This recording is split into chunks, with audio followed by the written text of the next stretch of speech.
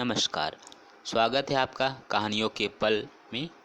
और रामायण बालकांड से जुड़ी एक और कहानी हम लोग आज सुनेंगे। इसका नाम है गंगा जन्म की कथा। ये दो भागों में आएगी क्योंकि एक बड़ी कथा है। तो चलिए शुरू करते हैं। गंगा जन्म की कथा भाग 1। ऋषि विश्वामित्र ने कहा, वत्स राम, तुम्हारी ही अयोध्यापुरी में सगर नाम के एक राजा थे। वे पुत्रहीन थे। सगर की पटरानी का नाम केशिनी था, जो कि विदर्भ प्रांत के राजा की पुत्री थी। केशिनी रूपवती, धर्मात्मा और सत्यपारायण थी। सगर की दूसरी रानी का नाम था सुमति, जो राजा अरिष्टनेमि की कन्या थी। महाराज सगर अपनी दोनों रानियों को लेकर हिमालय के भृगुप्रस्वरन नामक प्रांत में गए और पुत्र प्राप्ति के लिए तपस्या करने लगे। उनकी तपस्या से महर्षि भृगु प्रसन्न हुए और उन्हें वर दिया कि तुम्हें अनेक पुत्रों की प्राप्ति होगी। दोनों रानियों में से एक का केवल एक ही पुत्र होगा, जो कि वंश को बढ़ाएगा, और दूसरी के 60,000 पुत्र होंगे। कौन सी रानी कितने पुत्र चाहती है, इसका निर्णय वे स्वयं आपस में मिलकर कर ले। केशिनी ने वंश को बढ़ाने वाले एक पुत्र की कामना की और गरुड़ की भगिनी सुमति ने 60,000 बलवान पुत्रों की।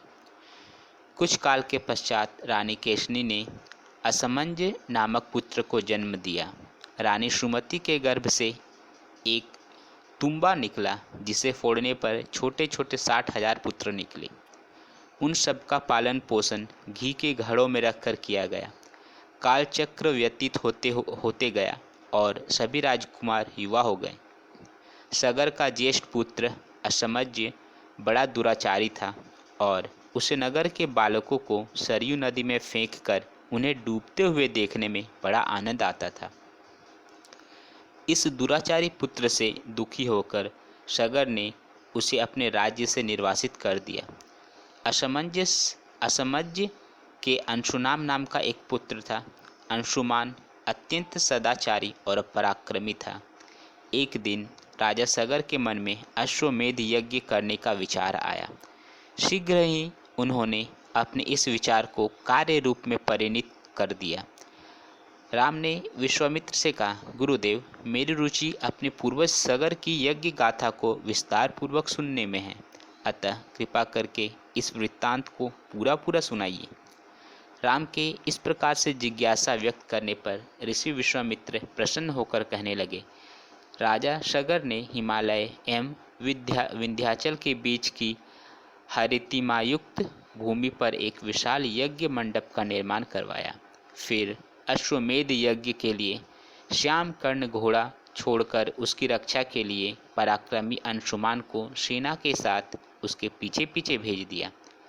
यज्ञ की संभावित सफलता के परिणाम की आशंका से भयभीत होकर इंद्र ने एक राक्षस का रूप धारण किया और उस घोड़े को चुरा लिया। घोड़े की चोरी की सूचना पाकर सगर ने अपने 60,000 पुत्रों को आज्ञा दी कि घोड़ा चुराने वाले को पकड़कर या मारकर घोड़ा वापस लाओ। पूरी पृथ्वी में खोजने पर भी जब घोड़ा नहीं मिला, तो इस आशंका से कि किसी ने घोड़े को तहखाने में न छुपा रखा हो, सगर के पुत्रों ने संपूर्ण पृथ्वी ही खोदना आरंभ कर दिया। उनके इस कार्य से असंख्य भूमितल निवासी प्राणी मारे गए। खोदते खोदते वे पाताल तक जा पहुँचे। उनके इस नृशंस कृत्य के विषय में देवताओं ने ब्रह्मा जी को बताया, तो ब्रह्मा जी ने कहा कि ये राजकुमार क्रोध एवं मद में अंधे होकर ऐसा कर रहे हैं। पृथ्वी की रक्षा का दायित्व कपिल ऋषि पर है, इसलिए वे इस विषय में अवश्य ही कुछ न कुछ करेंगे। पूरी पृथ्वी को खोदने के बाद भी जब घोड़ा और उसको चुराने वाला चोर नहीं मिला, तो निराश होकर राजकुमारों ने इसकी सूचना अपने पिता को दी। क्रुद्ध सगर ने आदेश दिया कि घोड़े को पाताल में जाकर ढूंढो। पाताल में घोड़े को खोजते खोजते वे सनातन वसुदेव कपिल के आश्रम में पहुँचे।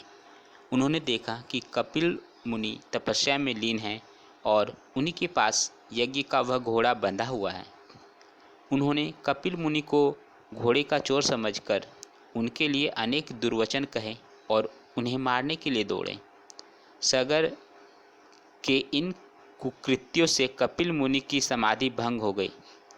उन्होंने क्रुद्ध होकर सगर के उन सब पुत्रों को भस्म कर दिया।